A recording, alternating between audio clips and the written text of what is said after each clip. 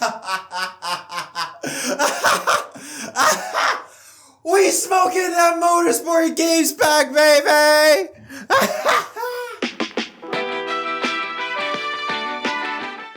It's a good day. It's a very, very, very good day. Welcome, ladies and gentlemen, back to an episode of Inside the Lines. My name is Jet. Hope you're having a wonderful day. It's a very good day. Motorsport Games, get out of here. Welcome iRacing as the new, that's right, the new console games provider or exclusive rights holder for NASCAR Gaming. Yes, finally, thank you, God. We are done with Motorsport Games' BS. Dimitri and all those guys, they can piss off for all we care. I feel so bad for IndyCar that they're stuck with this company. Good riddance. Finally, we have some hope in the NASCAR gaming scene. NASCAR and iRacing will partner up, and iRacing will become the exclusive creator, or I should say the exclusive home of creating NASCAR console simulated games. And it's expected that their first game should be released in 2025. Doesn't say when, but I don't care. I thought maybe 26 would be a time we may get a NASCAR game, but 2025, I'm cool with waiting 2 years. Honestly, I'm cool with it. I trust iRacing. iRacing has been dabbling to get into the console game scene for some time now. We know NASCAR and iRacing have a tremendous relationship, and I find it interesting. A bit of a historical point now. iRacing's predecessor was Papyrus. We know Papyrus created possibly the greatest game, NASCAR game of all time, NR 2003, NASCAR Racing 2003 season. Papyrus were forced to shut down because EA Sports bought the exclusivity rights to making NASCAR games. They were the only company that could make NASCAR games. So because of that, Papyrus was forced to shut down. Papyrus then basically morphed into iRacing. Now iRacing getting the NASCAR console rights. I don't know. It's funny how the world works sometimes. Funny when things go full circle. But I am so happy, so thrilled, because it is something that NASCAR desperately needs. I think one of the main reasons why NASCAR has such an old fan base, it's one of the oldest fan bases, I think, in all of sports, is because of the fact that there is no games. There's not a good video game that obviously young people like, us can really relate to. I know for sure, yes, I knew a little bit of NASCAR when I started watching it, but really I was able to get all the information I needed about NASCAR when I was playing NASCAR 2005 Chase for the Cup. Even though it was a game that was 6 years older, because I started watching NASCAR 2009, and obviously I was playing NASCAR 2005 Chase for the Cup. I still knew the 29 car, Kevin Harvick, the 48 of Johnson, the 24 of Gordon. I knew all the racetrack, Daytona, Charlotte, or back then Lowe's, Dover. I knew all those tracks, and I was able to familiarize myself playing NASCAR games, or familiarize myself watching NASCAR because of those games. So I know it's going to have an impact to others that may be a bit casual to NASCAR, and playing a functional NASCAR game would morph them into being full-time, or should say long-time fans, hardcore fans. So very, very thrilled with that. Very happy with that. Thank you. Again, I'm not expecting much. After what happened with NASCAR 21 Ignition, I'll take anything at this point. Anything is an improvement. Video games or NASCAR games, it's been really bad for years now. I still believe the last really good NASCAR game was NASCAR the Game Inside Line back in 2012. That's a game I still remember. I have memories of it. It was a fun game to play. Even though at the time maybe it wasn't viewed as good compared to the games today, it's really the last really good NASCAR game we have left. And since then, it's been going downhill. NASCAR Heat Evolution, disaster. And then Heat 2, Heat 3, yes, it made some building blocks, made some improvements, and they were functional at least, still wasn't that same feeling. And again, 21 Ignition, for a game that had so much hype, to fall flat on its face like that, ouch. So hopefully in 2025, NASCAR and iRacing can create a good NASCAR game. I'm not saying it has to be the greatest NASCAR game of all time. It has to be better than NASCAR Thunder 2004. Just a good NASCAR game. That's just all we ask for.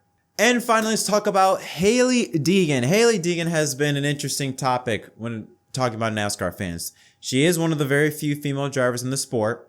She is a genius, at least in terms of the NASCAR landscape, in terms of how to do social media.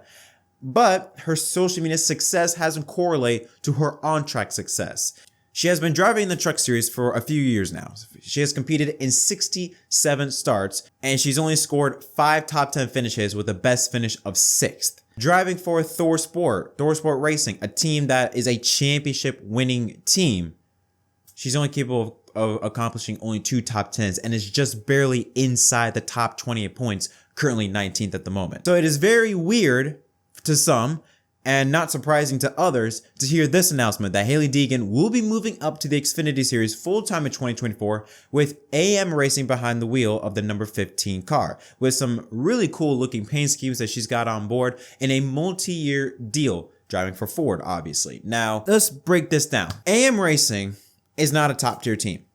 With Brett Moffitt, they got, I think, 1 top 5 and 9 top 10s, and they missed the playoffs. They are not a top 4 team like maybe Stewart-Haas Racing, but they are capable of doing something. Hailie Deegan should be capable of doing something. Here is my feelings on Hailie Deegan. I made a video on this one months back, I think late in 2022, on the future of Hailie Deegan, what my thoughts on her.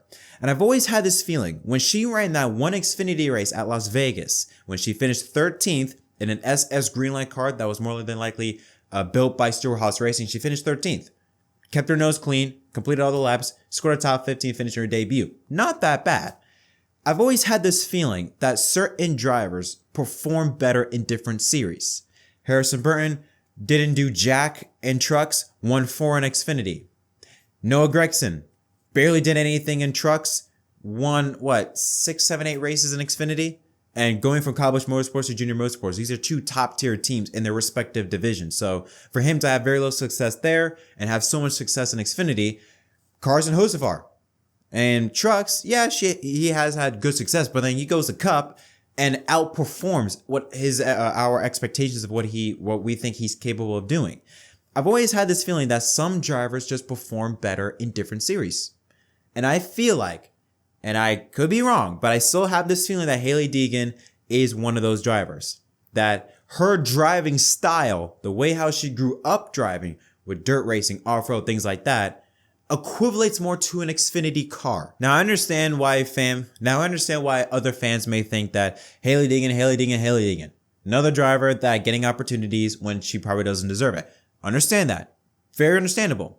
However, we have to consider a couple things. Again, that point I just mentioned. Number 2 is the fact that she does bring a lot of attention. Yes, the Hailie Deegan hype train, it ended, 2019? Around that era? I mean, she had a couple of K&N wins, now ARCA Menard Series West wins, and she was the talk of the town in the NASCAR garage. It has fizzled out, but she is still one of the most talked about drivers in NASCAR. Look at her social media numbers. She is the only one of a handful, and I really barely mean a handful of drivers in NASCAR that actually understands how to get young people to even care about NASCAR. Millions of followers on TikTok, hundreds of thousands of followers on YouTube, I think almost 1 million or past 1 million on Instagram. She knows social media. Obviously, that's going to correlate to what type of opportunity she gets on the racetrack. Even if it's not much, it's going to be a lot better than some of maybe other drivers that may be more talented or have more on-track success, but I mean, they are only known in the NASCAR circle. Hailie Deegan is one of the few that is known in and out of the NASCAR circle, and that's very important. Now, is this Hailie Deegan's last chance to maybe prove that she belongs in the Xfinity Series or maybe in Cup down the line? Yeah. I mean, when you look at the opportunities she's had, Tricon, or should I say back then, David Gillen Racing, didn't do anything with that. Goes to Thor Sport, does nothing. Now she's in the Xfinity Series with AM Racing. I'm not expecting wins. I'm not even expecting playoffs. Top 15s, maybe some occasional top 10s. That's what I'm expecting for her in 2024. Not much. At least I don't think it's that much. But it is interesting as to see how her future looks like with Ford as basically her team. Because Ford, I don't want to say it's in limbo, but at least Chevrolet, they got their drivers. Chevrolet, they got Spire for trucks. Well, now you should say Spire, I think, is now probably the top Chevy team for trucks. They got that. Then they got Junior Motorsports, Xfinity, and of course, they got so many Chevy teams in Cup. Toyota, They got Tricon for trucks, they got Joe Gibbs Racing for Xfinity, and they got obviously Joe Gibbs Racing in 2311 and now Legacy in the Cup. Ford doesn't really have much. Ford, yeah, they got Front Row Motorsports, but when you look at Xfinity, they got Stewart-Haas Racing, but Stewart-Haas has always been rumored now that they may leave Ford. Riley Herbst may go to Joe Gibbs Racing. So much weird, unconfirmed things are happening with Ford that it's not confirmed as to what all Ford drivers' future could look like.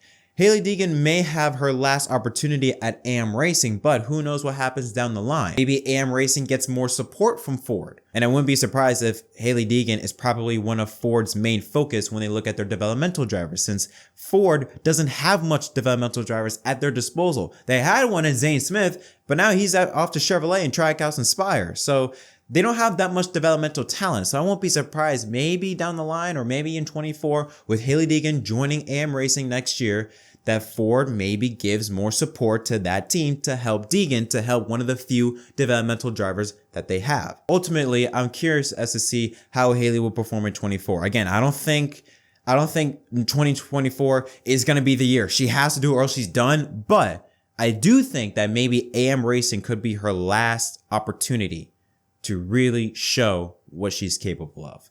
But those are my thoughts. What are your thoughts from today's storylines on NASCAR giving the rights to iRacing and of course Hailie Deegan's new ride? Let me know in the comment section down below. Don't forget to leave a like and subscribe for more content. Until next time, my name is Jett from MDK.